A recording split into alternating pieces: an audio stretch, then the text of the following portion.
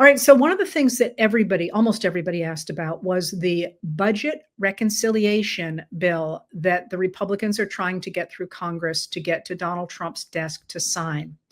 And there are a bunch of pieces about the budget reconciliation bill, which they have called that's actually in the title, the big, beautiful bill. The word one might be in there too. I haven't read it recently, which is obviously they picked up Trump's word for it and or phrase for it and made it the title of the bill, which says a lot of things about where the Congress is right now, the Republican Congress is right now.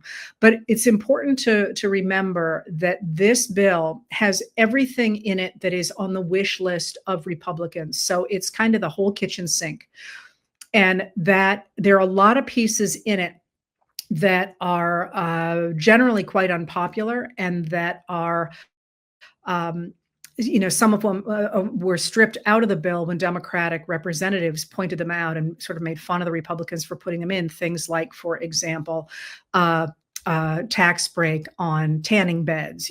So there's a lot of things in that budget reconciliation bill, but one of the things to remember is that budget reconciliation is one of a very small number of bills that cannot be filibustered, which is why the Republicans are throwing everything in there. They want to be able to get it through under budget reconciliation with a simple majority vote. And so there's a lot of stuff in there. And now there's a lot of pieces to it that are now in front of the Senate that mean it's not going to be smooth sailing there. But let me explain what some of those are. First of all, the bill itself explodes both the deficit, which is the difference between how much revenue the Treasury takes in every year and how much it pays out. It's going to explode the deficit, and it's also going to explode the national debt, which is the accumulation of all those deficits. So today, for example, I think it was today, White House Press Secretary Carolyn Leavitt said this is going to take on the deficit and we're going to fix the deficit. And that's just a flat up lie. I mean, that's just simply not the case. The bill explodes the deficit. And for those people who are concerned about the deficit and the debt, they're not happy with this. And that includes, crucially, the bond market.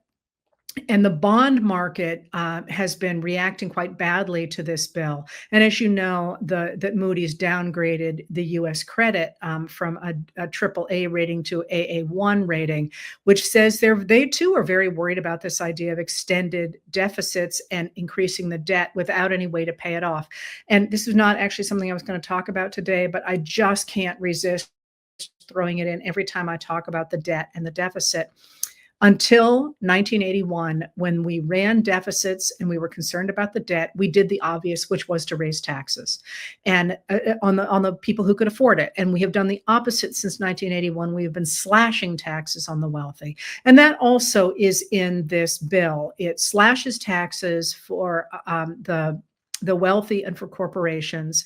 And it actually costs money for the poorest Americans, and it dramatically cuts services. So one of the things that you're going to hear repeatedly and already are is people like House Speaker Mike Johnson, a Republican of Louisiana, saying, well, we're not cutting Medicaid. That's a lie. We're not cutting Medicaid. In fact, they are dramatically cutting Medicaid. But their argument is they are only cutting waste, fraud, and abuse. And you'll see the same thing over cuts to Social Security. And by in that case, they're not actually making the cuts yet. What they are doing is they're making it so difficult for people to jump through the hoops to get Social Security, and they're doing the same thing with Medicaid, that there's just going to be fewer people enrolled. People are going to lose their health insurance because they can't figure out the paperwork. So this is actually a dramatic set of cuts to Medicaid and to supplemental nutrition assistance programs known as SNAP, which are the modern version of food stamps, which actually have a really interesting history in the United States. I should write about that. So there are dramatic ways in which this budget is this budget reconciliation bill is the single biggest redistribution of wealth from poorer Americans to richer Americans. And that's a way to think about it. So you have asked what will happen in the Senate. Well, the Senate is not as full of MAGAs as the House is, but they do want those tax cuts. So they have an interest in getting the bill through. Whether they're going to put all the right wing MAGA stuff in it is another question. But you've asked about the Senate parliamentarian, and the Senate parliamentarian is the person who determines whether or not a piece of legislation seems to be following the rules of the Senate. And the Senate parliamentarian, people tend to defer to the Senate parliamentarian. It's an office that was created in 1935, and they have increasingly relied on the Senate parliamentarian. The one who is there now has been there since 2012. But the Senate parliamentarian would look at this measure and would almost certainly strip out any piece of it that was not associated with the budget, because the whole point of a budget reconciliation bill is that everything in it has to be related to the budget. So she would probably say these pieces have to go. And the trick here is that she is not a judge or anything. She's sort of the appointed arbiter, I guess. And the Senate can overrule her.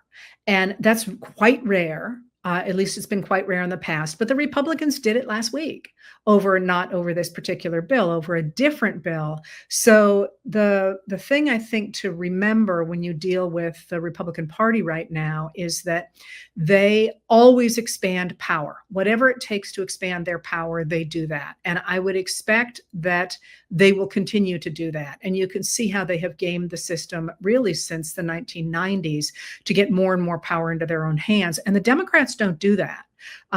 They do gerrymander in a few states, but they have not done anything near like the Republicans have tried to do. And in fact, if you remember during Biden's term, certain people tried to get the Senate to overturn the parliamentarians' rulings, and the Democrats wouldn't do it. And again, the Republicans have done it within the last week. I would not lay my money on the Republicans refusing to overrule the parliamentarian. They're talking about how we didn't really do it, and we don't really want to do it, but that's basically what they did last week. So don't hold your breath on that one. And you did also ask about contempt and what the ruling is on contempt in the bill. And that is, yes, an attempt to shield the Trump administration. It says you have to put up a bond before you sue for something that will go to contempt. And that would essentially, and it has to be done before that happens. So that, and I believe it's retroactive. So that would take care of the three different judges who are currently looking at whether or not the Trump administration is in contempt. So that's in there right now, and that's certainly something to speak up about. So the last question you asked about that is, if Democrats take power back, can they get rid of the measures that are in the budget reconciliation bill? Absolutely. But obviously, this is designed to provide funding for this past year. It is what it is, and then they have to do it every year. So that's where we stand with that.